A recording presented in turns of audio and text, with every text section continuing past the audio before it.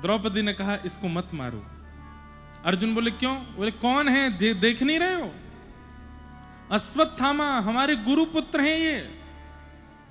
जिन गुरु ने तुमको धनुष उठाना, बाण चलाना सिखाया, खड़े होना रणभूमि में सिखाया, उन गुरु के पुत्र को मारोगे? ये हमारे गुरु पुत्र हैं, पहली बात। दूसरी बात, ये ब्राह्मण हैं, हम क्षत्रिय हैं, ब्राह्मण को मृत्यु दंड देने का अधिकार नहीं है। तीसरी बात क्या? यह भी किसी मां का बेटा है। मैं अपने पुत्रों की हत्या से बहुत आघात हुई हूं।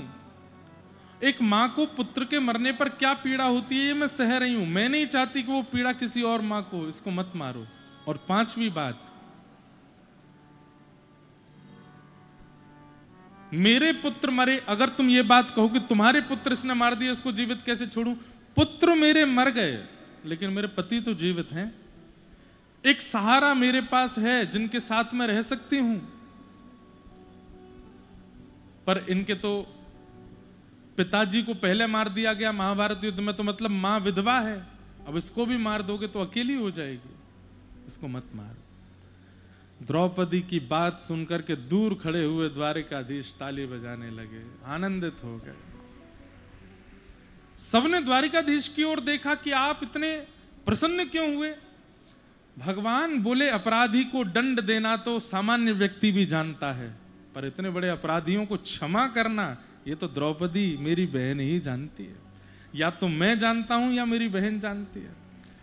बंधुओं, इस संसार में सबसे बड़ा क्षमाशील यदि कोई है तो वो परमात्मा है, भगवान। हम सब वो क्रिया करते हैं जो उनको बिल्कुल प्रिय नहीं है,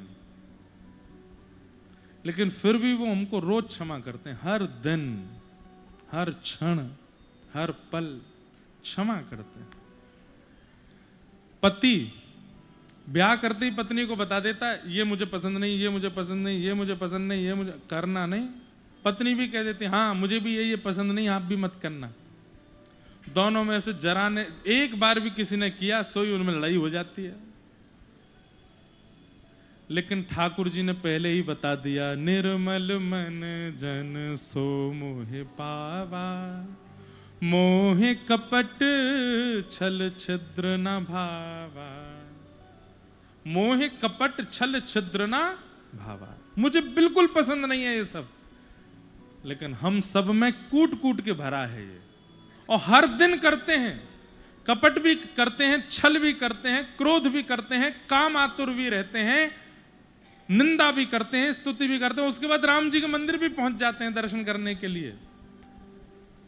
राघव जी जब हम घुस रहे होते हैं ना मंदिर में, तब राम जी को सब पता चल जाता है आज ये पाप करके आया है और इसके अंदर इतने दोष हैं।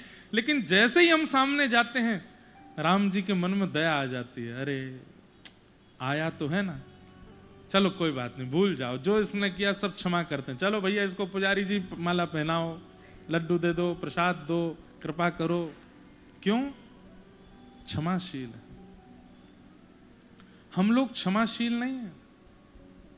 हमें जो उचित नहीं लगता यदि किसी ने कर दिया तो महाराज 10-10 साल निकल जाते हैं, हम बात नहीं करते उससे।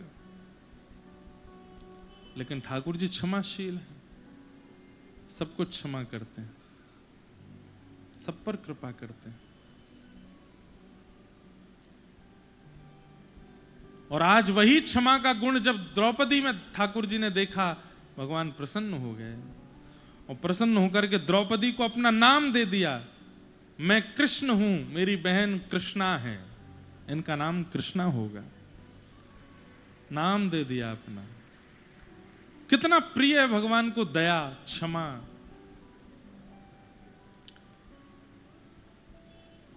अर्जुन को भगवान ने समझाया कि ब्राह्मण है इसको मत मारो, लेकिन बालकों का हत्यारा इसलिए छोड़ो मत, इसलिए इसका अपमान कर दो, इसके दाढ़ी मूंछ काट करके इसको सभा से निष्कासित कर दो। अपमान करके भेज दिया। उत्तरा के गर्भस्थ शिशु को मारने के लिए ब्रह्मास्त्र छोड़ दिया अश्वत्थामा ने। उत्तरा दौड़ी दौड़ी भगवान के पास गई। भगवान ने अंगुष्ठ मात्र रूप धारण करके नासिका श्वास नली से भीतर प्रवेश करके अपनी चक्रा नाम की गदा को भगवान ने इतनी द्रुत गति से घुमाया कि गर्भ के बालक की रक्षा हुई। यही बालक जन्म लेने के बाद परीक्षित हुए, उत्तरा के बालक। ठाकुर जी रथ में आरूढ़ होकर के जैसे ही निकलने लगे, कुंती ने भगवान की स्तुति गाई और स्तुति गाते हुए भगवान से कहा, विपदा संतु नः सस्वत तत्र तत्र जगद्गुरो भवतो दर्शनम यत् स्यात् अपुनः भव दर्शनम। हे नाथ, इस संसार में सबसे बड़ी विपत्ति क्या है और सबसे बड़ी संपत्ति क्या है? कितना सुंदर बोल रही हैं कुंती बुआ। संपत्ति को संपत्ति नहीं कहते और जीवन में आने वाली विपत्तियों को विपत्ति नहीं कहते। कुंती कहती है जिस कारण से तुम ठाकुर जी को भूल जाओ वो सबसे बड़ी विपत्ति, और जिससे ठाकुर जी की याद आवे वो सबसे बड़ी संपत्ति। ठाकुर जी की याद बन। अब कथा है, आप कथा सुन रहे हैं, आज चौथा दिन है, रोज 2.5-3 घंटा जो यहां सुन रहे हैं ना, इससे बड़ी कमाई दुनिया में नहीं हो सकती आपकी। लेकिन हाँ, सुनकर के भूल जा रहे हैं कि महाराज जी ने क्या सुनाया तो कोई लाभ नहीं उसका, लेकिन सुनकर के हृदयस्थ करते जा रहे हैं, उसको संजोते जा रहे हैं, एक एक शब्द को जमा करते जा रहे हैं, क्या बोला गया, कैसे बोला गया, क्या समझाया गया। तो इन 4 दिनों में आपसे बड़ा धनवान, ठाकुर जी की नजर में आपसे बड़ा धनवान कोई नहीं है। जिस धन से ठाकुर जी की याद आवे वो सबसे बड़ा धन, और जिससे ठाकुर जी भूल जाएं, ठाकुर जी दूर हो जाएं, वो सबसे बड़ी विपत्ति है। लोगों ने जाकर के मीराबाई को खूब समझाया कि भाई साहब, आपके देवर राणा को नहीं अच्छा लगता कि आप गोविंद का गुण गाओ, क्यों गाती हो?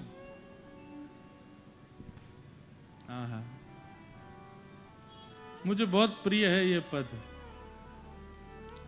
मीराबाई कहती है, संसार को रिझाने के लिए मैंने कुछ किया ही नहीं है कभी, मैं तो केवल गोविंद को रिझाती हूं। मैं तो गोविंद रा गुण गासूं, राणा जी रूठे तो मने काय करसे। मैं तो गोविंद रा गुण गासूं, राणा जी रूठे तो मने काय करसे। ओ मैं तो गोविंद रा गुण गासूं, राणा जी रूठे तो मने काय करसे। मैं तो गोविंद रा गुण गासूं, राणा जी रूठे तो मने काय करसे। मैं तो गोविंद रा गुण गासूं, राणा जी रूठे तो मने काय करसे। मैं तो गोविंद रा गुण गासूं, राणा जी रूठे तो मने काय। मीराबाई कह रही हैं वो रूठे तो रूठे, रूठे चाहे राजा वासे कछु न काजा। एक तू ही महाराजा और कौन पास जाएंगे। रूठे चाहे भाई वासे कछु ना भलाई।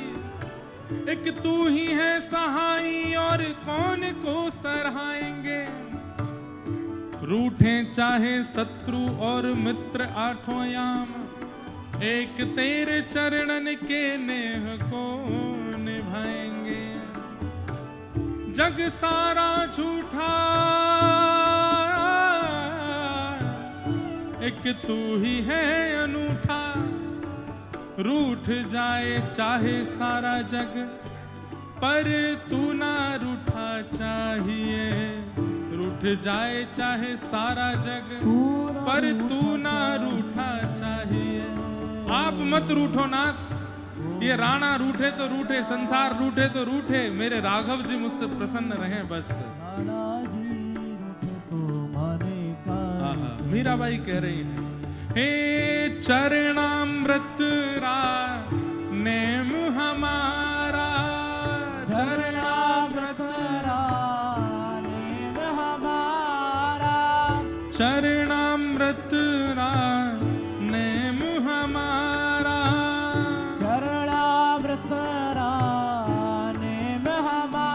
मैं तो नित उठ दर्शन पासूं, मैं तो नित उठ दर्शन पासूं। हाँ मैं तो नित उठ दर्शन पासूं, मैं तो नित उठ दर्शन पासूं। ओ मैं तो गोविंद रा गुण गासूं, राणा जी रूठे तो मन काय करसे। मैं तो गोविंद रा गुण गासूं, राणा जी रूठे तो मन काय। ओ मैं तो गोविंद रा गुण गासूं, राणा जी रूठे तो मन काय करसे। गोविंद रा गुण गासूं, राणा जी रूठे तो मन काय। भुजा उठा के गाओ श्री गिरधर लाल प्यारे की।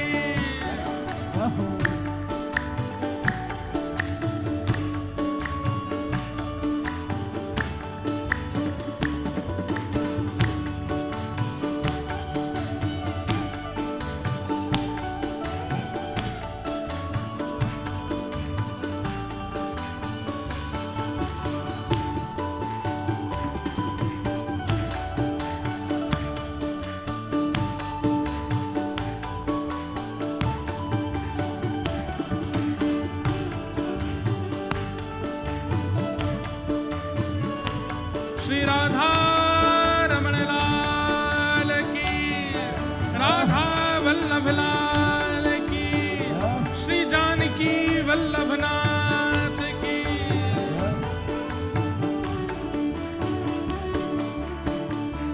हे राम नाम रा जहाज चला स्या, राम नाम रा जहाज चला स्या। नाम नाम रा जहाज चला श्या, राम नाम रा जहाज चला। मैं तो भव सागर तर जासूं, मैं तो भव सागर तर जासूं। हाँ मैं तो भव सागर तर जासूं, मैं तो भव सागर तर जासूं। हे मीरा के प्रभु गिरधर नागर, मीरा के प्रभु गिरधर नागर। मीरा के प्रभु गिरधर नागर। मीरा के प्रभु गिरधर नागर। मैं तो दरस परस सुख पासूं, मैं तो बरस बरस सुख पासूं। ओ मैं तो दरस परस सुख पासूं, मैं तो बरस बरस सुख पासूं। ओ मैं तो गोविंद रा गुण गासूं, राणा जी रूठे तो मने काय करसे। मैं तो गोविंद रा गुण गासूं, राणा जी रूठे तो मन काय।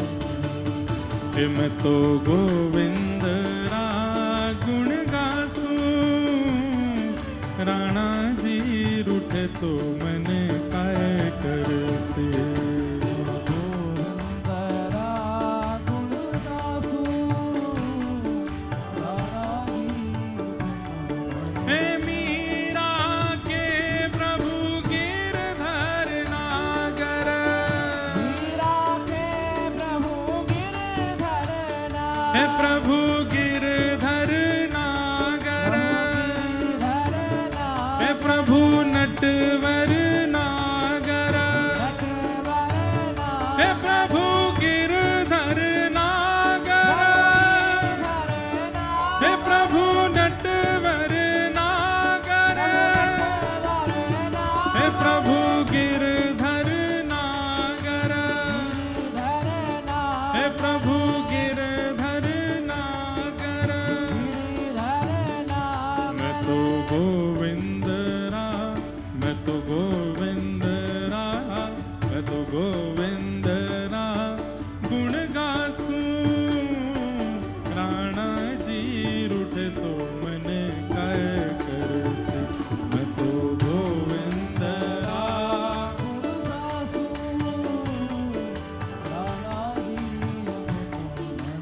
बाईसा गाते हैं, ओ बाला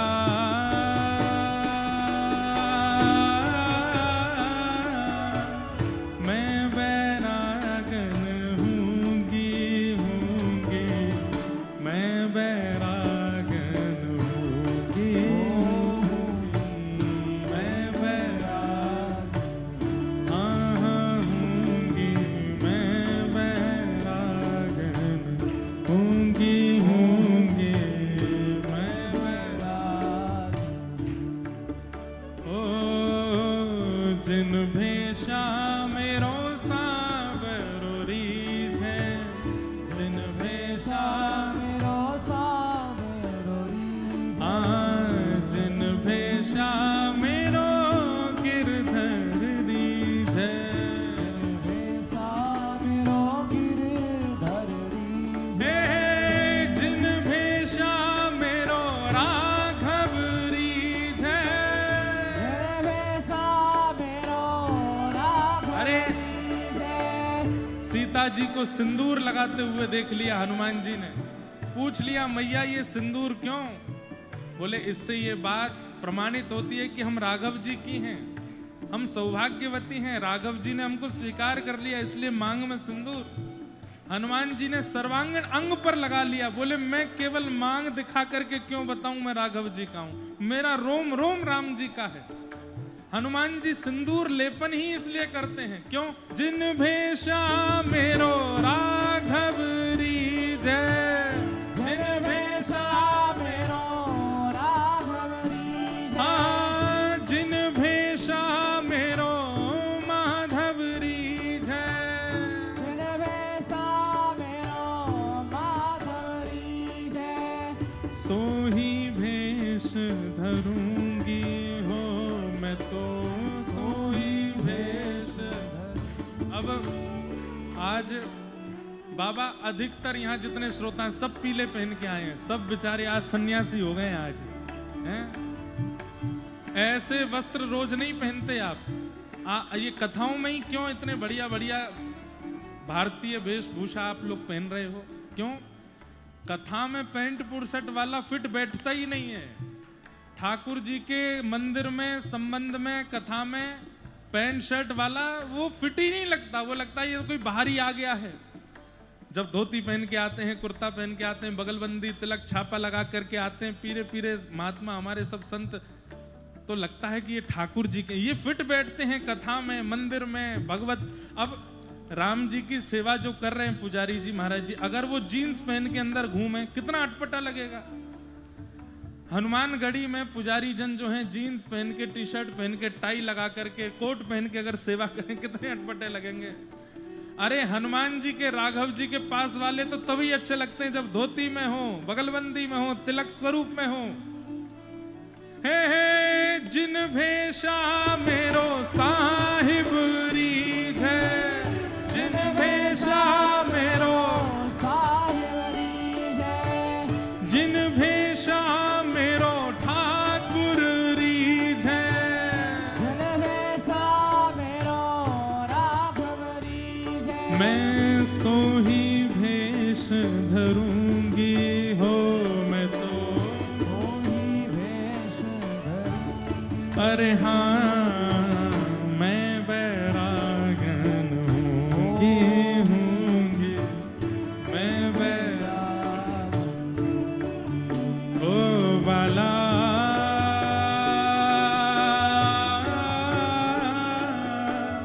मैं बैरागन हूँगी हूँगी, मैं बैरागन हूँगी। बोलो प्यारे राधा गिरधर लाल की।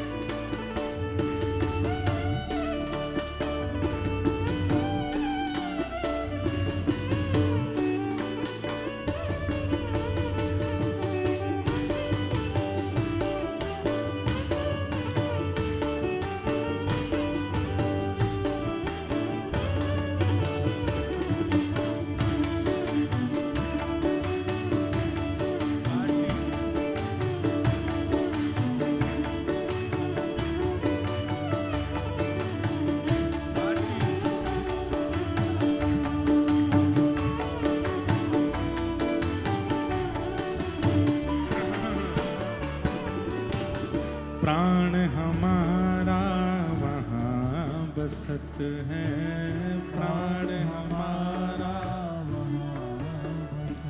ओ प्राण हमारा वहाँ बसत है, प्राण हमारा ओ यहाँ तो खाली खो,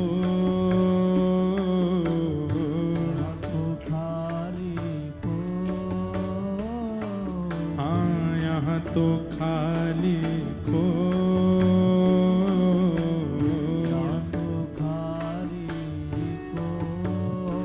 हे मात पिता परिवार सोई है, मात पिता परिवार सोई है, हाँ मात पिता परिवार सोई है, मात पिता कहिए तिनका तोड़ वाला, कहिए तिनका तोड़, अरे हाँ मैं बैरागन होंगे, मैं बैरागन हाँ होंगे, मैं बैरागन होंगे, मैं बैरागन बाला,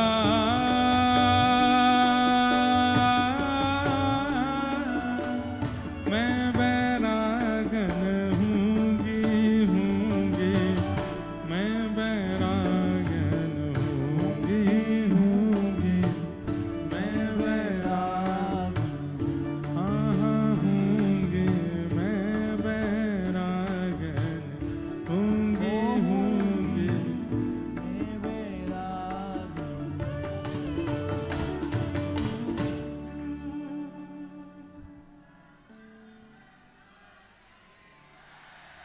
मैं तो गोविंद राम गुण गासूं। भैया मुझे किसी ने पता डरा दिया था कि अयोध्या में आप कथा करने जा रहे हैं, वहां भीड़ तो होती नहीं है, वहां के लोकल लोग कथा सुनने आते नहीं है। देखो ये देखो, बोलो सियापति रामचंद्र की। क्या सुंदर, देखो कितने उत्साह से कथा सुनते हैं सब रे। बैठ जाओ, विराज जाओ भाई। वैसे तो सब जगह ही उत्साह वाले आते हैं, पर कहीं कहीं क्योंकि हमारा वृंदावन है, अयोध्या है, ये सिद्ध भूमि है, यहाँ के लोग सिद्ध हो गए हैं, उनको फिर सिद्ध होने के लिए कथा में जाना नहीं पड़ता है। तो ब्रजवासी अवधवासी कम जाते हैं, लेकिन फिर भी आ रहे हैं। हमसे तो इतने सारे अयोध्या के वैष्णव मिलने आते हैं, बहुत अच्छा लगा। ठाकुर जी यही तो चिंता करते थे यदुवंशियों के लिए कि मेरे संबंधी हो, द्वारिका के निवासी हो, तुम लोग कथा नहीं सुनते हो। यदुवंशियों को कहते थे भगवान कि मेरे संबंधी हो, मेरे रिश्तेदार नातेदार हो, इसलिए कथा सुनना मत छोड़ो, कथा सुना करो, सत्संग किया करो। यदुवंशियों ने इसी बात को नहीं माना, इसीलिए श्राप लगा और सब समाप्त हुए। कभी कभी व्रजवासी अवधवासी कथा वथा नहीं सुनते, कम सुनते हैं, बोले हम तो राम जी के हैं, हम तो ठाकुर जी की नगरी, हमको क्या जरूरत। लेकिन फिर भी अब वह रुचि फिर से बढ़ रही है, ये अच्छी बात है। राणा जी रूठे तो मने काय कर से, मैं तो गोविंद रा गुण गासूं। राणा जी रूठे तो मने काय कर से, हम तो गोविंद का गुण गाएंगे, राणा रूठे तो रूठे, हमें क्या आवश्यकता। तो कुंती मैया ने भगवान की सुंदर स्तुति गाई। तत्पश्चात ठाकुर जी रथ में आरूढ़ होकर के जब पुनः द्वारिका को प्रस्थान करने लगे तो भीष्म पितामह के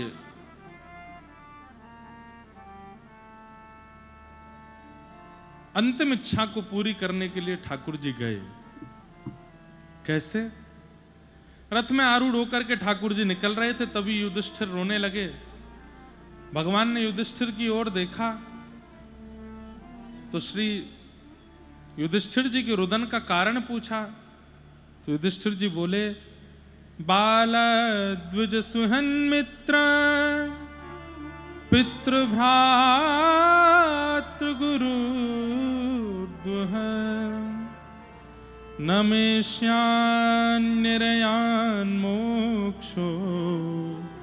यापि वर्षायुतायुतैः। सब लोग ध्यान से इधर देखिए, कथा सुनो। युधिष्ठिर जी महाराज कहते हैं, भगवान मैंने महाभारत युद्ध बहुत गलत किया, मुझे इस महाभारत युद्ध को नहीं करवाना चाहिए था। कितने सारे बालक अनाथ, कितने सारी माताएं विधवा, कितने सारे परिवार उजड़ गए, अपने मर गए, कितने भाई भाई बिछुड़ गए, कितने बंधु मित्र बिछड़ गए। अगर महाभारत युद्ध नहीं होता, इतने लोगों की मृत्यु नहीं होती, कितने बालक अनाथ नहीं होते, कितनी माताएं विधवा नहीं होती। मैंने बहुत गलत किया, मुझे नहीं करना था। बंधुओं देखो, बहुत ध्यान से सुनिएगा। क्रिया करने से पहले यदि आपको लगने लग जाए कि ये क्रिया नहीं करनी चाहिए, ये उचित नहीं है, कहीं इस क्रिया को करने से कुछ गलत तो नहीं होगा, आदि आदि मन में भाव आने लगे, उसी समय गुरुदेव के चरणों में या आचार्य चरणों में जाकर के पूछ लेना चाहिए क्या करें क्या नहीं करें, ये अच्छा है। तो आप अर्जुन हो। युद्ध से पहले ही धनुष बाण नीचे रख दिए कि मुझे नहीं लगता इनको कैसे मारूंगा मैं।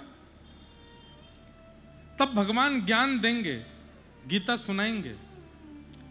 लेकिन सब कुछ कर देने के बाद, सब बर्बाद करने के बाद, पूरा रायता फैलाने के बाद फिर गुरुदेवों के पास जा रहे हैं, नाथ मुझसे गलती हो गई, मैंने बहुत गलत कर दिया, मुझसे अपराध बन गया, अब मैं क्या करूं। रो रहे हैं, फिपिया रहे हैं और महाराज बुरी हाल में चले गए हैं।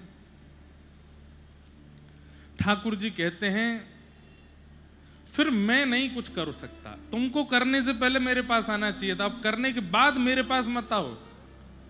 करने के बाद दो ही कारण हो सकते हैं, एक अपनी गलती स्वीकार करो, दूसरा दोबारा नहीं करूंगा और इसका जो भी दंड होगा सहने को तैयार हूं, ये कह करके आगे बढ़ो।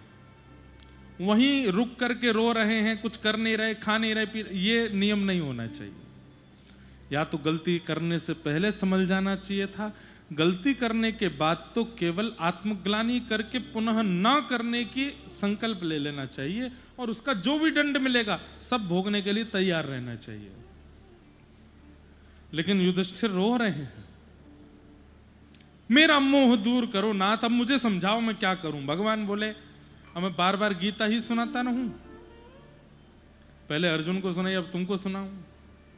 अरे मुझे भी द्वारिका जाना है, मेरे भी संतान हैं, मेरे भी पत्नी बच्चे सब प्रतीक्षा कर रहे हैं। नहीं आप ऐसे नहीं जा सकते, मेरे विषाद को दूर करके जाइए। ठाकुर जी बोले, मैं सहायता नहीं कर सकता, अब भीष्म पितामह तुम्हारी सहायता करेंगे। अभी तक वो मृत्युशैया पर लेटे हैं, तुम्हारे बड़े हैं, उनके पास जाओ, वो तुम्हें कुछ सांत्वना दे सकते हैं।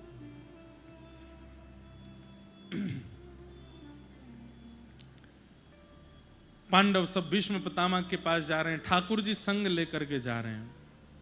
बाणों की सैया पर लेटे हैं भीष्म पितामह। जैसे ही पता चला श्याम सुंदर आ रहे हैं, आहा,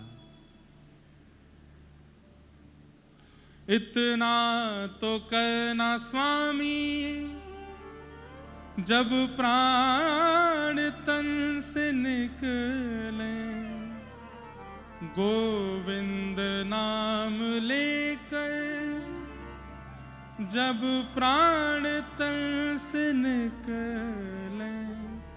श्री गंगा जी का तट हो, यमुना का वंशीवट हो, श्री सरजू जी का तट हो, यमुना का वंशीवट हो, मेरा सांवरा निकट हो, जब प्राण तन से निकले।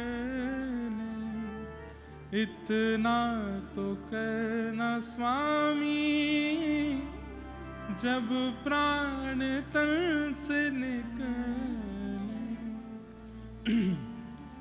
नित्य ठाकुर जी से प्रार्थना एक बात की किया करो, नाथ हम दिल्ली में रहते हैं, लखनऊ में रहते हैं, गोरखपुर में रहते हैं, मुंबई में रहते हैं, कोलकाता में रहते हैं, चेन्नई में रहते हैं, ऑस्ट्रेलिया में रहते हैं, अमेरिका में रहते हैं, न्यूजीलैंड में रहते हैं, वहाँ रहते हैं, कहीं भी रह रहे हैं, बस नाथ जब भी हमारा अंतिम क्षण आने वाला हो, कैसे भी करके हम वृंदावन पहुंच जाएं, कैसे भी करके अयोध्या पहुंच जाएं, कैसे भी करके काशी पहुंच जाएं, गंगा जी के तट, सरजू जी के तट, यमुना जी के तट, वहीं पहुंचे हों, वहीं प्राण निकलें। कल महाराज जी आए थे हमारे जगत गुरु भगवान, उन्होंने कितनी अच्छी बात कही, ब्रह्म रज से सुशोभित दो ही नगरी हैं, या तो वृंदावन या अयोध्या। ब्रह्म रज मतलब यहाँ की कण जो है, यहाँ के जो रज है, ये ठाकुर जी के अंग से ही प्रकट है, ब्रह्म रज है। और प्रकट न भी है तो श्री राघव जी ने अपने चरणों से स्पर्श कराकर के इस पूरी रज को पवित्र कर दिया है। वहां वृंदावन की रज को तो भगवान ने अपने अधर पर धारण करके, आपने सुनी है कि केवल भगवान ने एक बार मिट्टी खाई थी ना, 84 कोस के एक एक कोने को ठाकुर जी ने अपनी जीव से पवित्र किया है। कैसे? कथा तो वैसे कल आएगी, लेकिन आज सुना देता हूं। ब्रह्मा जी जब भगवान के ग्वाल बालों का हरण करके ले गए, जब ब्रह्मा जी को मोह हो गया कि ये कृष्ण के ग्वाल बाल, कृष्ण इनके हाथ का झूठा खा लेते हैं, इनके गाल चाट जाते हैं, इनके साथ ऐसे ये भगवान नहीं हो सकते, ये जरूर कोई बहलूपिया है। और बहलूपिया मान करके भगवान के सखाओं का, भगवान के मित्रों का जब हरण कर लिया, ग्वाल बालों का जब हरण कर लिया, तो ब्रह्मा जी से लेने के लिए नहीं गए ठाकुर जी, सारे ग्वाल बाल, बछड़ा बछिया, सबका रूप ठाकुर जी ने धारण कर लिया। और 1 वर्ष तक बछड़ा बछिया गैया सबके रूप में श्री कृष्ण ही भ्रमण करते रहे। अब गैया 84 कोस में फैल करके घूम घूम करके घास खाती है, चरने जाती है, सब जगह श्री कृष्ण जाते और अपने मुख से व्रज रज को जीव लगा करके पवित्र करते। इसलिए संपूर्ण व्रज रज, कभी कभी हम तिलक लगाते हैं तो हमारे रामानुज संप्रदाय में पासा लगाया जाता है, परंतु आज्ञा है पासा लगाओ, गोपी चंदन लगाओ, चंदन घिसके लगाओ, या फिर पवित्र नगरी की रज लगा सकते हैं। तो आज रज का तिलक किया है, व्रज रज का, अयोध्या की रज, व्रज की रज, ये सब रज। और विशेष रूप से अयोध्या और व्रज की रज तो ब्रह्म रज है, ये तो परम पवित्र है।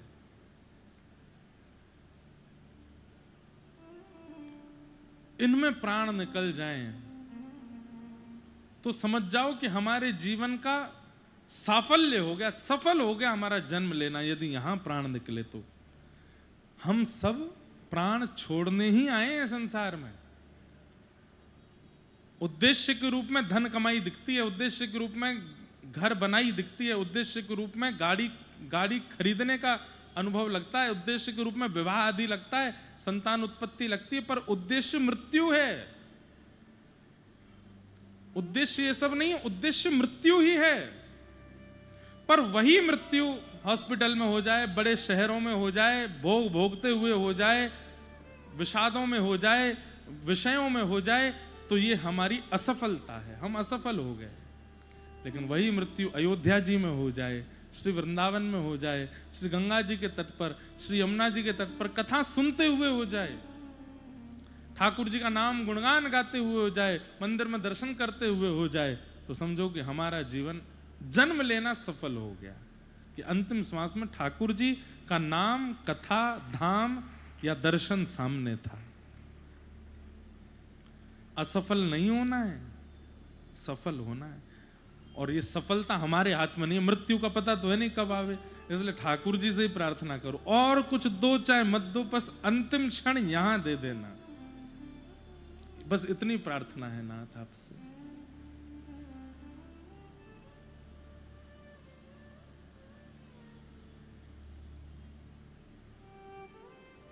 कितनी बार ऐसा हुआ है, मैं आपको डरा नहीं रहा हूं, मरने के नाम से डरना नहीं, कहीं पता चली डर जाओ, आपने सोचा कि अवध में हमारे प्राण निकलने चाहिए, साल 1.5 साल बाद प्लान बना अयोध्या जाने का, और आप वहीं घबरा गए घर पर, नहीं अभी नहीं जाना, अभी तो मेरे 4-5 काम रह गए।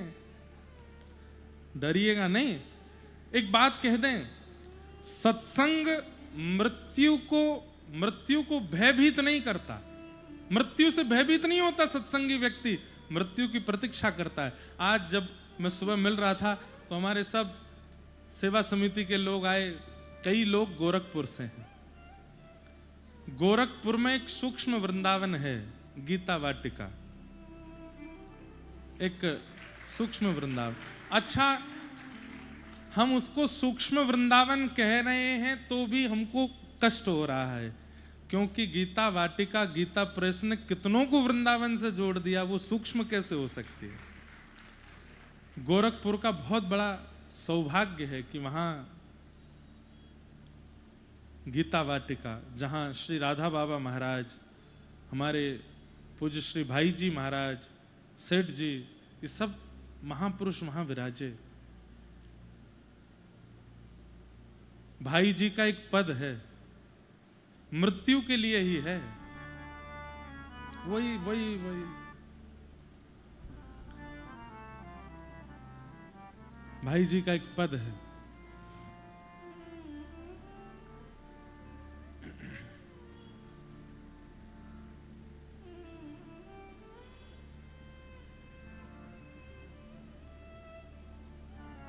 बहुत सुंदर है।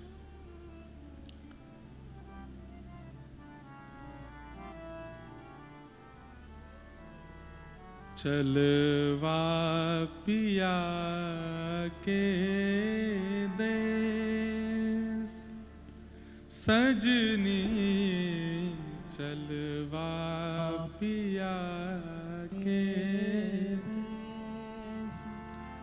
सजनी।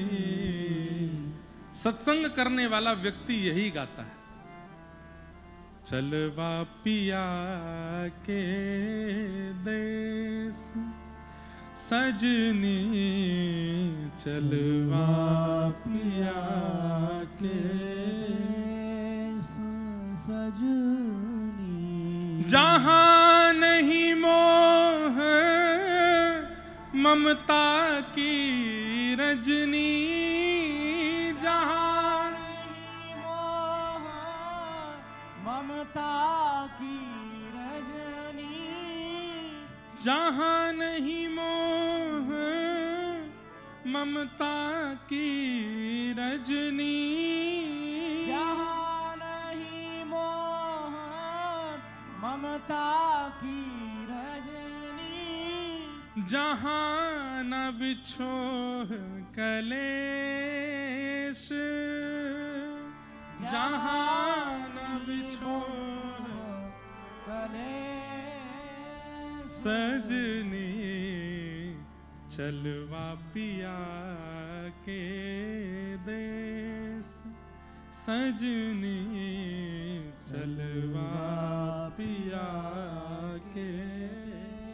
ये पूज्य श्री हनुमान प्रसाद पोद्दार जी, पूज्य भाई जी का पद है, और ये मृत्यु के ऊपर ही कह रहे हैं। वो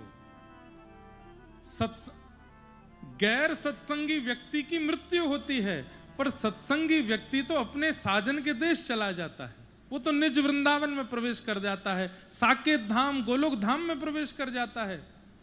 वो अप्रसन्न नहीं होता अपनी मृत्यु से, वो तो प्रतीक्षा करता है।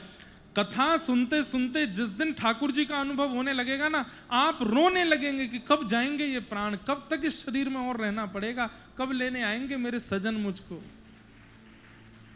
भक्तिमती मीराबाई एक अवस्था आने पर तो ठाकुर जी से प्रार्थना करती थी, और कितने प्रारब्ध बचे हैं मेरे जो मुझे इस धरती पर रहना है, अब तो ले जाओ पिया।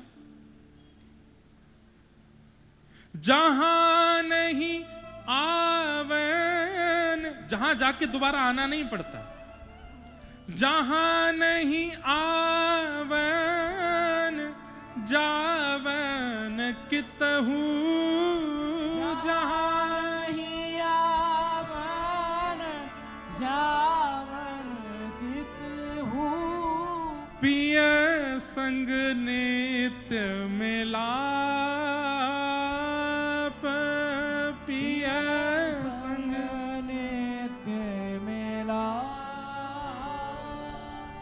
जहां नहीं ग्राम्य चर्चा को डर कछु, जहां नहीं ग्राम्य चर्चा को डर कछु, जहां न अजस को पाप,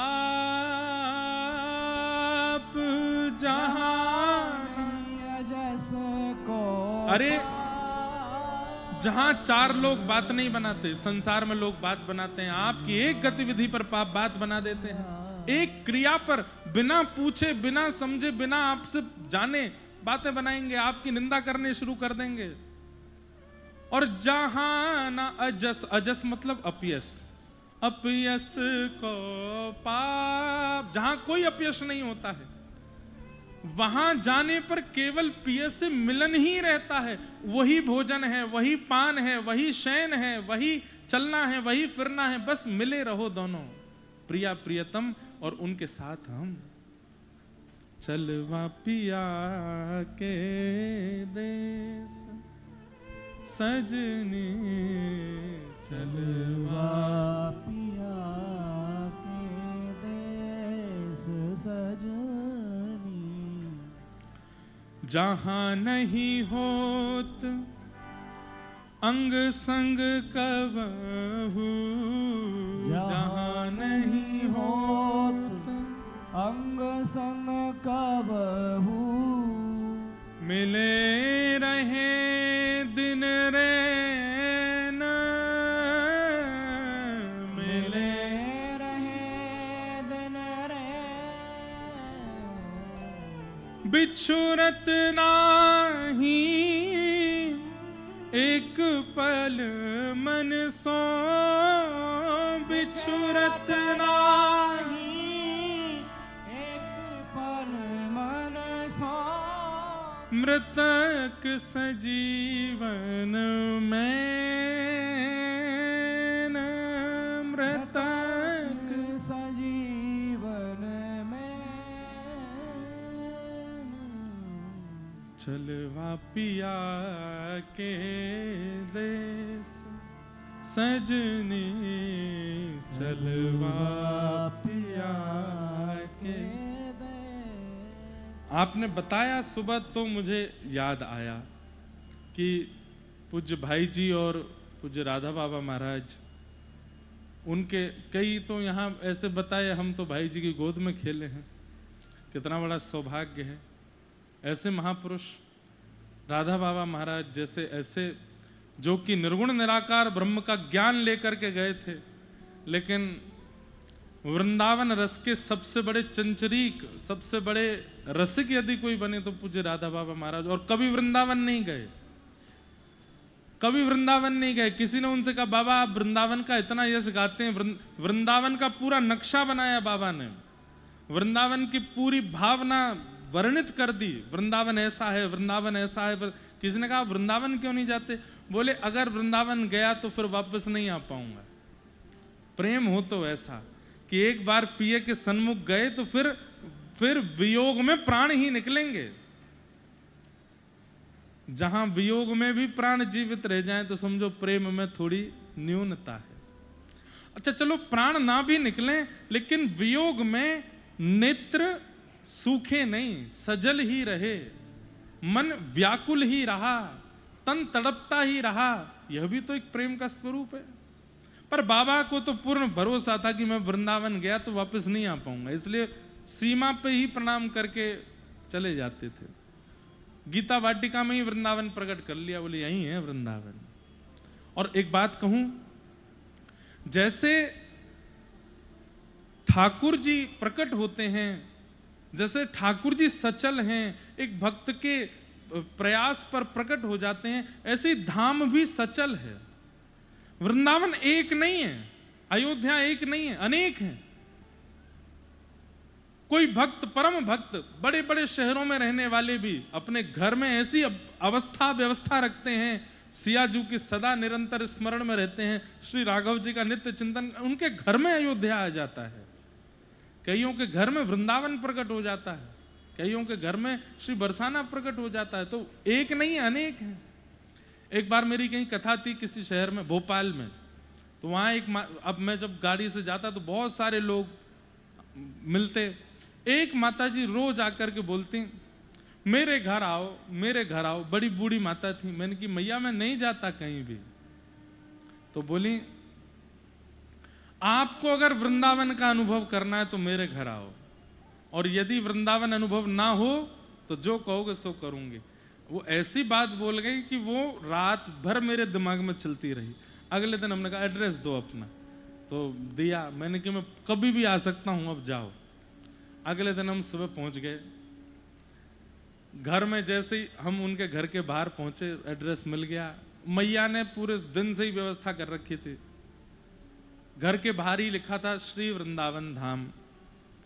भीतर प्रवेश किया तो भीतर प्रवेश करते ही जो प्रवेश सीढ़ियां थीं, उन सीढ़ियों पे लिखा था धर्म अर्थ काम मोक्ष, और उन चारों सीढ़ियों पर चढ़ के जो प्रथम दोहरी थी उस पर लिखा था प्रेम। अंदर प्रेम मार्ग में प्रवेश हो गए। अंदर आते ही तुलसी जी का सुंदर वन, और श्री तुलसी जी के वन में श्री प्रिया जी की, ठाकुर जी की मधुर मधुर झांकी। श्री जो रसोई घर था वहाँ ऊपर लिखा हुआ था श्री गोवर्धन 56 भोग सामग्री, मतलब यहाँ 56 भोग बनाए जाते हैं। एक घर का नाम सेवा कुंज, एक घर का नाम निधिवन, एक घर का नाम श्री युगल कुंज। ऐसे कमरों के नाम अलग अलग थे। एक पडले का नाम बरसाना, दूसरे पडले मतलब जो वो थे क्या बोलते हैं उसको, फ्लोर।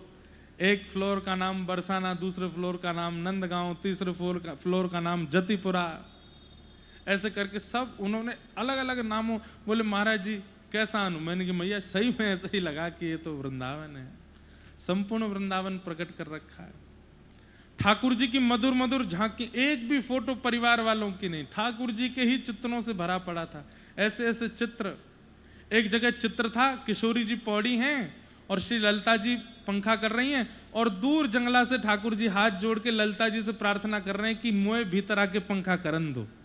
इतनी सुंदर झांकी, ऐसी सुंदर सुंदर छवियां बना रखी। हमने कहा मैया तुम रहती भोपाल में हो, पर आपके लिए वृंदावन आ गया भोपाल। एक नहीं है, अनेक है। भावना से प्रकट हो जाता है, भावना से प्रादुर्भाव हो जाता है धाम का। नाम चलायमान है, नामी चलायमान है, धाम चलायमान है, बस उसको प्रकट करने वाला हो। भीष्म पितामह बाणों की सैया पर लेटे हैं, तभी भगवान पांडवों को लेकर के पहुंचे। जैसे ही भीष्म पितामह ने तिरछी नजर करके देखा श्याम सुंदर आ रहे हैं, मृत्यु देवी से बोले बस अब थोड़ी क्षण की प्रतीक्षा और, ये सामने आएंगे, इनको देखते हुए प्राण त्याग दूंगा अपने। इच्छा मृत्यु का वरदान मिला, लेकिन भीष्म पितामह ने इच्छा मृत्यु के फल में यही मांगा कि श्याम सुंदर मेरे सामने खड़े होंगे, उनको देखते हुए प्राण त्यागूंगा। भगवान पांडवों को लेकर के पहुंचे। ठाकुर जी को देख करके भीष्म पितामह हाथ जोड़ के प्रणाम करने लगे। बंधुओं देखो कथा तो बहुत है, आज हमें नंदोत्सव तक जाना है, लेकिन हमारा मन नहीं कर रहा भागने का, मन कर रहा धीरे धीरे ही करते चलें। तो जहां तक प्रसंग पहुंचेगा करेंगे, फिर उसके बाद सूक्ष्म में प्रणाम करके नंदोत्सव करेंगे, फिर कल और विस्तार करेंगे, है ना। तो कोई हमको यूं मत कहना कि भगाओ कथा, सुनो। भीष्म पितामह ने ठाकुर जी का दर्शन किया, और जैसे ही दर्शन करके नेत्रों से अश्रु जल गिरने लगे। पांडवों को लगा हम अपना, युधिष्ठिर को लगा मैं अपना मोह दूर करवाने आया हूं, अपना विषाद दूर करवाने आया हूं, कहीं ऐसा ना हो कि पितामह इनको देखते देखते प्राण ही त्याग दे। तुरंत अब यहां पर एक प्रसंग में आचार्य जन कहते हैं कि भगवान तो खड़े हैं भीष्म पितामह के सामने, बाणों की सैया पर लेटे हैं, और पांडव खड़े हैं सिर के पास। तो भाई ज्ञान चाहिए तो चरणों में जाना चाहिए, सिर पर बैठ करके ज्ञान नहीं मिलेगा। पांडव जब घूम करके सामने आए, भीष्म पितामह की दृष्टि पड़ी, कुछ पूछा नहीं है पांडवों ने, केवल मुख की आकृति देख करके समझ गए कि इनके विषाद का कारण क्या है, अविश्वास। क्या कारण है? ये संग खड़े श्याम सुंदर पर इनको भरोसा नहीं है, इसलिए रो रहे हैं। नहीं तो ठाकुर जी के संग खड़े होने पर भी रोना कैसे आ सकता है? व्यक्ति तब रोए जब ठाकुर जी उसके ऊपर ना हो, ठाकुर जी की कृपा ना हो, ठाकुर जी का अनुग्रह ना हो, तब वह रो सकता है। लेकिन ठाकुर जी की पूर्ण कृपा जिस पर बरस रही हो, प्रत्यक्ष श्याम सुंदर जिसके संग खड़े हो, वो क्यों रोएगा? उसको क्या आवश्यकता? तब तो वो एक ही कारण से रो सकता है कि उसको अविश्वास है। एक बात मैं कभी कभी कहता हूं, छोटे बालक अपनी मां की गोद में नहीं रोते, लेकिन मां की गोद में जाकर के भी रो रहे हैं, तो दो कारण हो सकते हैं।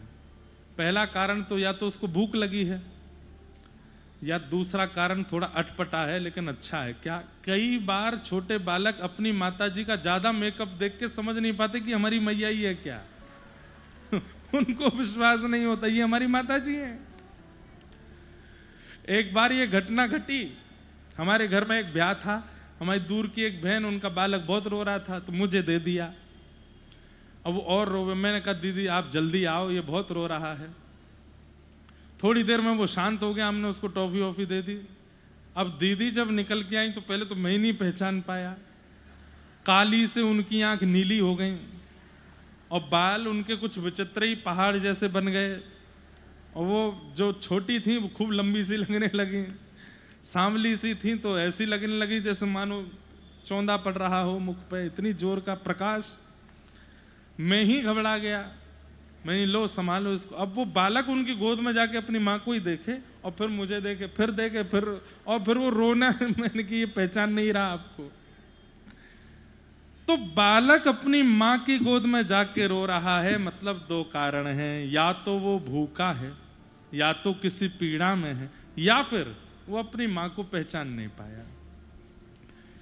युधिष्ठिर आदि सब बालक हैं और ठाकुर जी के समकक्ष में आकर के भी रो रहे हैं, भूखे तो नहीं है। हस्तिनापुर का सिंहासन दिलवाया भगवान ने, महाभारत का युद्ध जिताया भगवान ने, यश कीर्ति वैभव सम्मान सब कुछ दिलवा दिया है, तो भूखे तो नहीं है, फिर भी रो रहे हैं। इसका मतलब कृष्ण पर विश्वास नहीं है। अब सोचिए, ये महापुरुषों की बात, वो देखते ही पहचान जाते हैं कि इसके विषाद का कारण क्या है। युधिष्ठिर जी महाराज तुरंत बोल पड़े, आप लोगों के रोने का कारण मुझे पता चल गया है, मैं केवल एक शब्द में उत्तर दूंगा। क्या? ए सवई भगवान साक्षात दद्यो नारायण पुमान। जिनको आप अपना शांतिदूत मानते हो, ए अर्जुन, जिनको तुम अपना सारथी मानते हो, जिनको तुम अपने मामा का बेटा मानते हो, ये ना तो तुम्हारा भाई है, ना तुम्हारा सारथी है, ना तुम्हारा शांतिदूत है। ए सवई भगवान साक्षात, ये साक्षात भगवान है जो पल पल क्षण क्षण तुम्हारे साथ खड़े हैं पांडवों, फिर भी तुम रो रहे हो।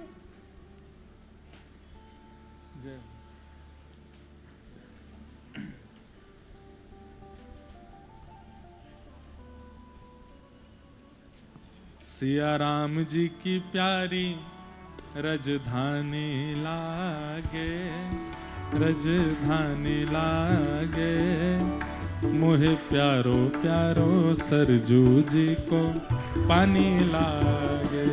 सिया राम जी की प्यारी रजधानी लागे, रजधानी लागे, मोहे प्यारो प्यारो सरजू जीरो पानी लागे। सिया राम जी की प्यारी धानी लागे, रजधानी लागे, मोहे प्यारो प्यारो सरजू जीरो पानी लागे।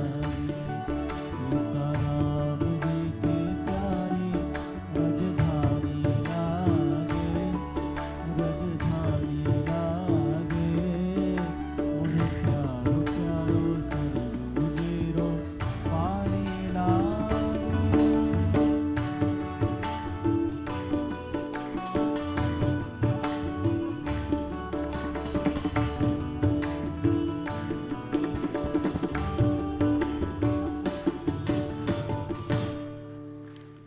बड़ी कृपा हुई आज हम सबके मध्य में परम पूजनीय प्रातस्मरणीय, जिन्हें हम खूब अपना गुरुतुल्य ही मानते हैं, ऐसे परम पूजनीय जिन्होंने एक बार श्रीधाम वृंदावन में कुटिया पर कथा की सेवा पूज्य गुरुदेव के वैकुंठ उत्सव में की थी, ऐसे परम पूजनीय परम वंदनीय श्री रामानंद दास जी महाराज आज हम सबके मध्य में पूज्य महाराज जी पधारे हैं।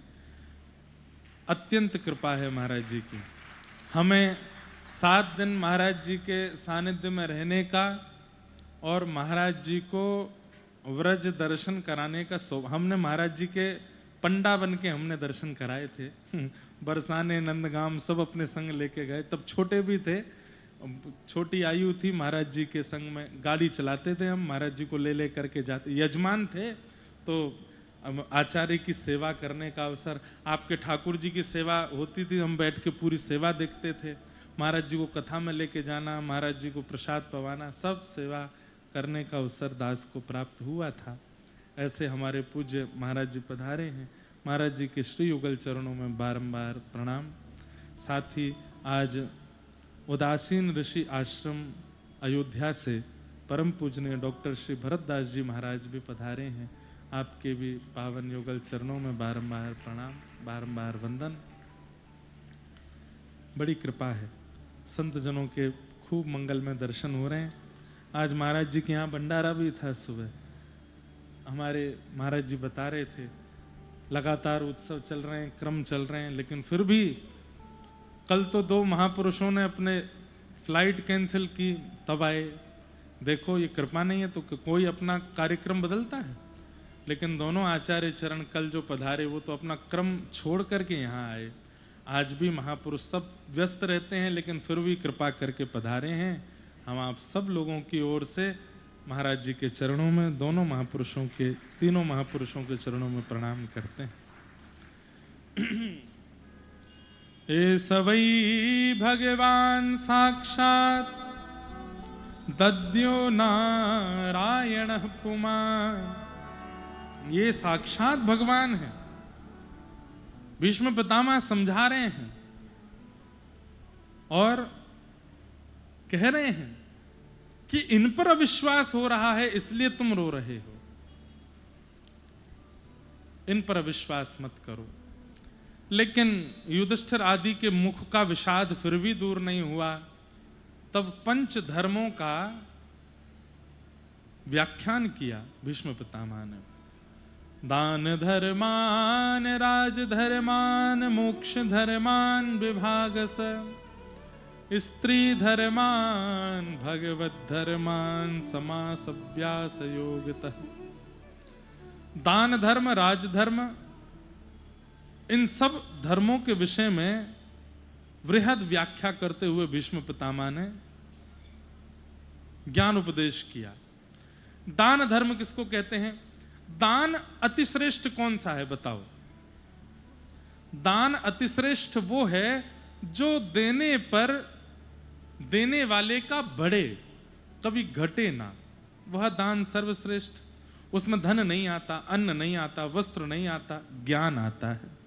ज्ञान का दान श्रेष्ठ दान है, क्योंकि लेने वाले का बढ़ता ही रहता है और जीवन पर्यंत उसका सहायक ही रहता है। ज्ञान का दान ये सबसे सुंदर दान है। सुनी हुई कथा, सुने हुए प्रसंग, सुने हुए भाव जाकर के उनको सुना देना जो कथा में नहीं आ पाए, जो कथा से वंचित रह जाते हैं, तो आप बहुत बड़े दानी हैं। तब कथामृतम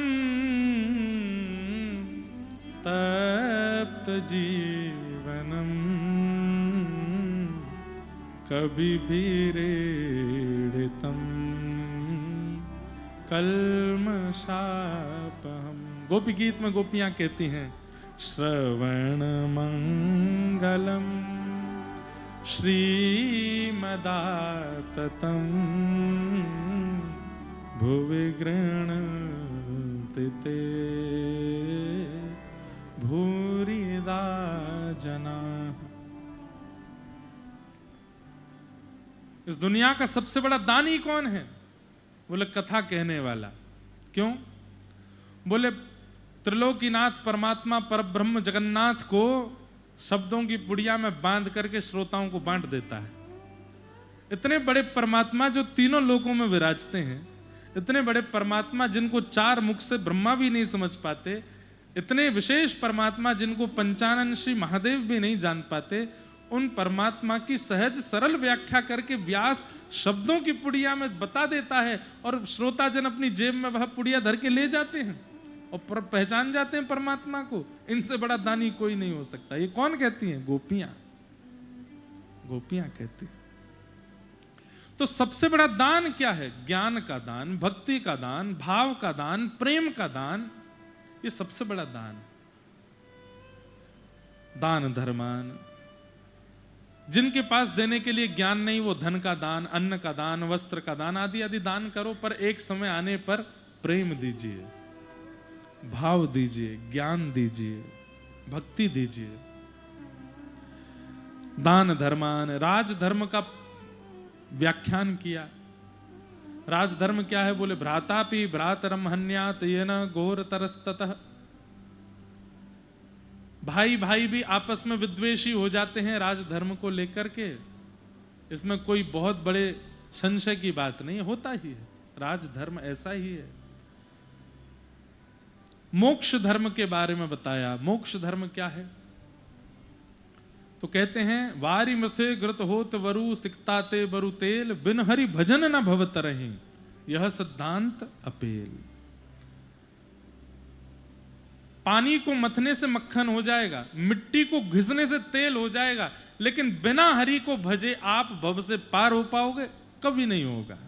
हरि को भजना ही पड़ेगा, वही मोक्ष धर्म है। बिना हरि भजन के मोक्ष की प्राप्ति नहीं, उसी से ही कल्याण होगा। स्त्री धर्म बताया। भर्तु शुश्रूषणम स्त्रीणाम परो धर्मो यमाय तद्बंधुनाम च कल्याणम प्रजानाम चानुपोषणम। स्त्री धर्म का व्याख्यान करते हुए और फिर भागवत धर्म बताया। अंत में भागवत धर्म कायेन वाचा मनसेन्द्रियैर्वा बुद्ध्यात्मना भा नुषतस्वभावात् करोमि यत् यत् सकलम परस्मै नारायणायेति समर्पयेतत्। ये भागवत धर्म है। जय। इस प्रकार पंच धर्मों का वर्णन किया श्री भीष्म पितामह ने, और पंच धर्मों को बताते हुए भीष्म पितामह ने कहा अब आप लोग सब किनारे हो जाओ, मुझे मेरा काम करने दो। बोले क्या काम? बोले द्वारिकाधीश आप सामने आइए। ठाकुर जी आकर के सामने खड़े हो गए। बोले अब जब तक मेरे प्राण ना निकल जाएं तब तक मेरे सामने खड़े रहिएगा, आपकी रूप छटा को देखते हुए प्राण त्यागूंगा।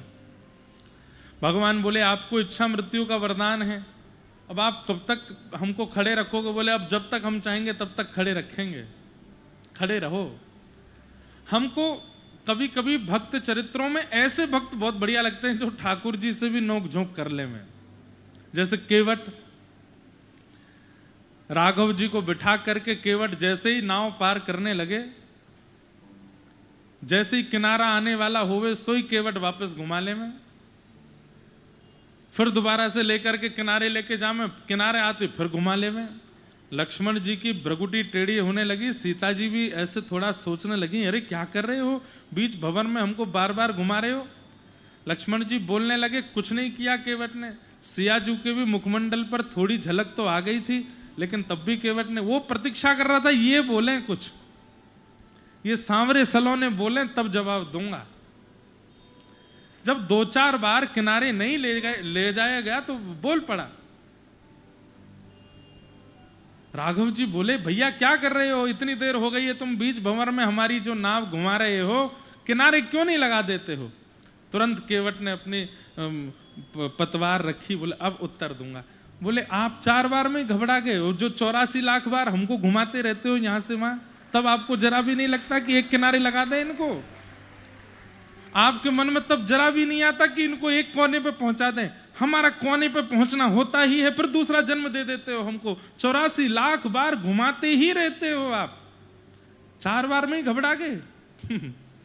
ऐसे भक्त हमको बहुत बढ़िया लगते हैं जो ठाकुर जी को भी उत्तर देते हैं कभी कभी, लेकिन ऐसे भक्त जो हैं वो अत्यंत प्रेमी होते हैं, प्रेम के वशीभूत ही होते हैं।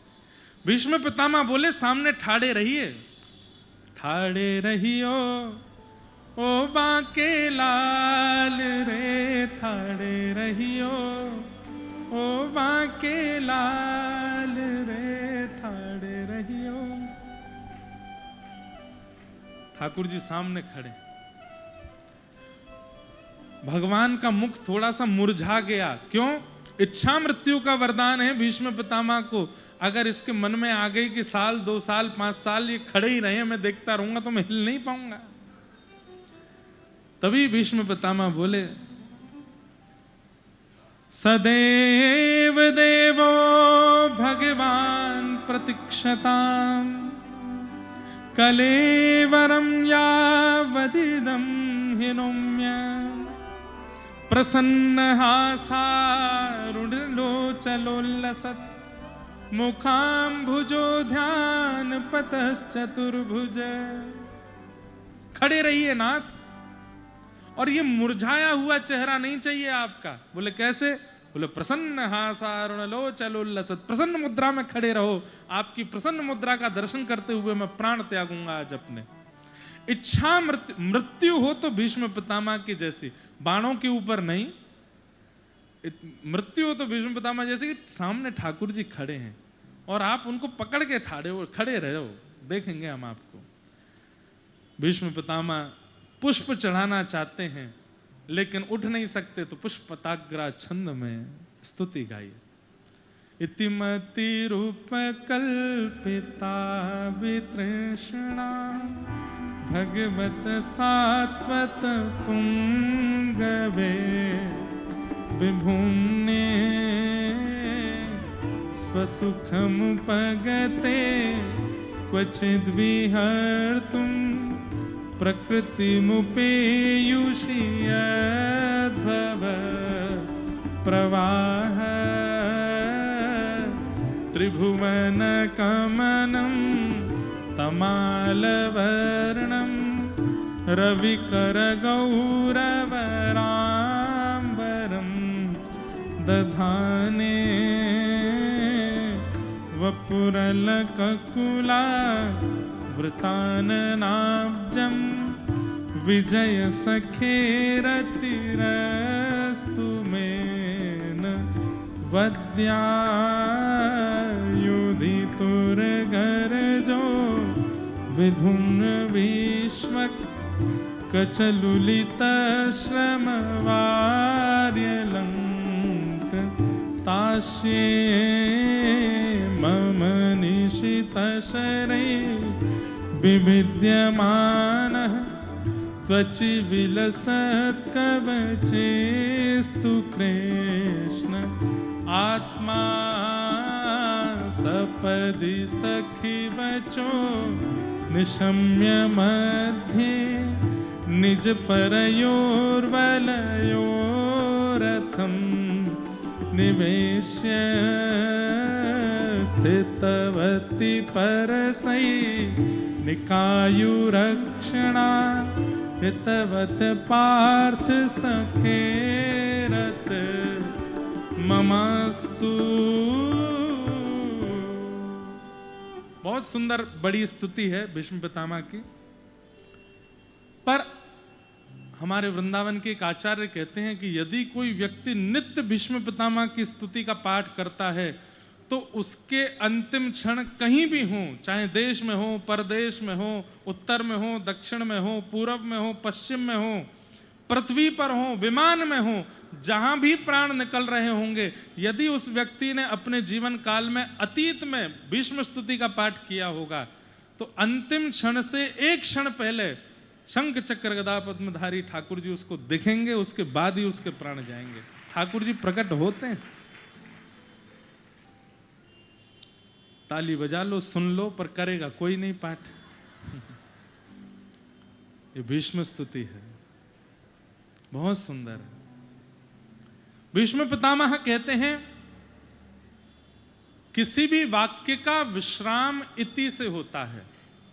लेकिन भीष्म पितामह की स्तुति का प्रारंभ इति से हो रहा है। क्यों? भीष्म पितामह मानो स्तुति गाने से पहले इति। अब आप हिंदी में कुछ वाक्य लिख रहे हैं तो पहले पूर्ण विराम थोड़ी लगाते हो, आप पहले वाक्य लिखते हो बाद में पूर्ण विराम लगाते हो। पर भीष्म पितामह की स्तुति कैसी? पहले पूर्ण विराम फिर अपनी स्तुति। इसका अर्थ क्या है?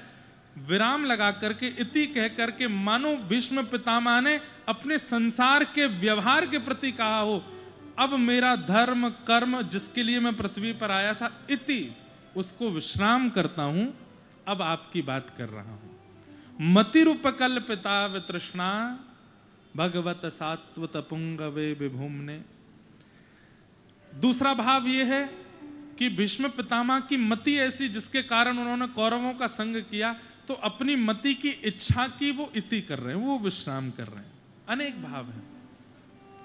पर पितामह भीष्म की सीधी सीधी स्तुति सुन लो। आज हमें कृष्ण जन्म करना कैसे करेंगे? अयोध्या में हमारा पता, हम आपको नहीं सुना रहे कथा, हमें ऐसा लगता है श्री भरतलाल जी, शत्रुघ्न जी, श्री मांडवी जी, सुत कीर्ति जी, लक्ष्मण जी और राघव जी, नहीं, उनकी तो खुद की कथा, वो तो शर्मा जाएंगे अपनी कथा सुनने आएंगे तो। लेकिन सब अयोध्यावासी और अयोध्या के सब लोग आए हैं कथा सुनने के लिए, और वो ये सुनने आए हैं कि हमारे राघव जी ने द्वापर में कैसी लीला करी, नेक्स्ट सुना हो तो ऐसा भाव लगता है। इसीलिए हम मानव या श्रोता विचार करके सुनावें तो हम आपके सुख का विचार करके कभी भजन भी गा देंगे, कीर्तन भी गा देंगे, जल्दी जल्दी कथा इधर उधर भी करेंगे, पर हमको लगता है कि वे लोग सुन रहे हैं, इसलिए हम स्थिर हो जाते हैं एक ही जगह पे। लेकिन हम न्याय देंगे कि जहां तक कथा हो करेंगे, फिर जल्दी जल्दी सब कृष्ण जन्म की ओर चलेंगे, बड़े भाव से उत्सव मनाएंगे। आप लोगों को आनंद तो आ रहा है? अरे रायंदो, इतने धीमे बोले हो कि लग रहा है कि पीछे वालों तुम ही हो मेरे। ये बेचारे सब में सहायता देते हैं, कीर्तन गाओ, भजन गाओ, सब में सहायक होते हैं, पर आगे वाले भी बढ़िया ही हैं बेचारे, कुछ कहते थोड़े ही हैं, थोड़े से वयोवृद्ध हैं, इसलिए बैठे रहते हैं चुपचाप, लेकिन अच्छा है। भीष्म पितामह कह रहे हैं, नाथ मेरी एक अंतिम इच्छा है, मैं प्राण त्यागने से पूर्व इस इच्छा को पूर्ण करना चाहता हूं। भगवान बोले, कौन सी इच्छा? बोले, मेरी एक कुंवारी बेटी है, उसका ब्याह करना चाहता हूं। भगवान बोले, राम राम राम राम राम, ये क्या सुन रहे हैं हम? क्यों? अरे पितामह, आप तो ब्रह्मचारी हो, आपने तो ब्याह ही नहीं किया कभी भी, और इसी के लिए आपको इच्छा मृत्यु का वरदान मिला, तो ब्रह्मचर्य में रहते हुए आपकी पुत्री कैसे हो गई? भीष्म पितामह हंस करके बोले, नाथ आपने प्रत्येक मानव को बिना विवाह के एक पुत्री दे रखी है, और उसका नाम है मति, बुद्धि। पुत्री कौन? जो पिता से अपनी इच्छा पूरी करवाती हो, उसी को तो पुत्री कहते हैं, वही तो पुत्री है। सब लोग इधर देख के सुनिएगा, बहुत सुंदर भाव है। वही तो पुत्री है जो पिता से अपनी इच्छा पूरी करवाती हो, और ये मति हमसे अपनी इच्छा पूरी ही करवाती है, यहां ले चलो, ये खिला दो, यहां बैठा दो, यहां घुमा दो, ऐसा करा दो, वैसा करा दो। लेकिन नाथ, एक बहुत अच्छी साइकोलॉजी है, एक बहुत अच्छी प्रथा है कि पुत्री जब तक कुंवारी है तब तक पिता से अपनी इच्छा पूरी करवाती है, लेकिन जब ब्याह हो जाता है तो पति की इच्छा पूरी करवाती है। माँ सुनो, आज ये आ रहे हैं घर पे, इनको ये बहुत पसंद बना देना। पिताजी आज हमारे ये आ रहे हैं, इनको ये वाले कपड़े बढ़िया लगते हैं, आप दे देना। पिता कहती है ना, जो बहनें, हमारी भी 3 बहनें हैं, हमको पता है कि जब आती हैं पतिदेव के साथ तो उनकी प्रिय जो वस्तु है वो घर में बनेगी, उनको जो प्रिय लगता है वैसे कपड़े आवेंगे, उनको जो प्रिय लगती है वो मिठाई आवेगी। मतलब विवाह से पहले अपनी इच्छा से चलती है, पिता को अपनी इच्छा बताती है, और विवाह के बाद पति की इच्छा बताती है।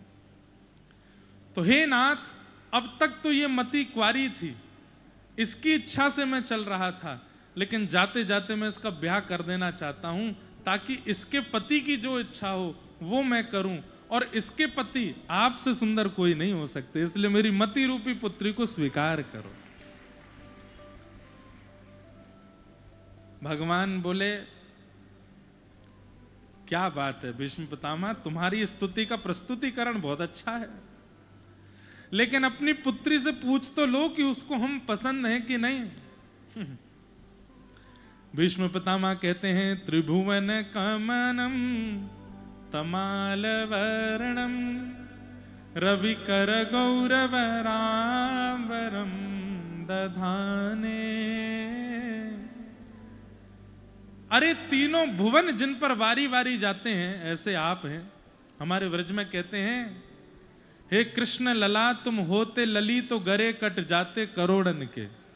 बहुत अच्छा है लाला कि तुम लाला ही हो, कहीं तुम लाली बन के आए गए होते। हे कृष्ण लला तुम होते लली तो गले कट जाते करोड़न के। बहुत बड़ी कृपा है कि आप लाला हो। भीष्म पितामह